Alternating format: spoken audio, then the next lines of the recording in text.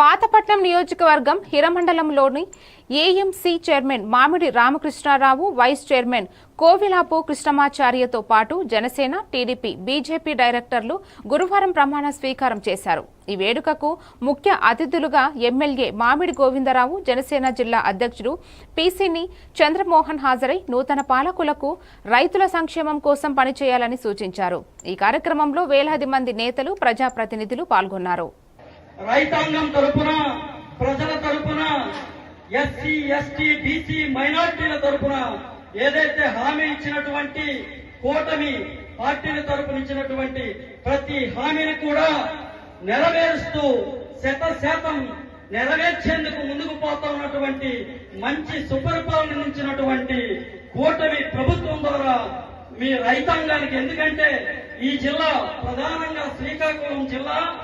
రైతాంగం జిల్లా, రైతాంగంగా 90% రైతాంగం కలిగినటువంటి జిల్లా కాబట్టి ప్రతి ఒక్క రైతు కుటుంబాల్లో వెలుగులు నింపాలని చెప్పేసి మన ఆంధ్రప్రదేశ్ రాష్ట్ర ముఖ్యమంత్రి వర్యులు శ్రీ నారా చంద్రబాబు నాయుడు గారు, రాష్ట్ర ఉప ముఖ్యమంత్రి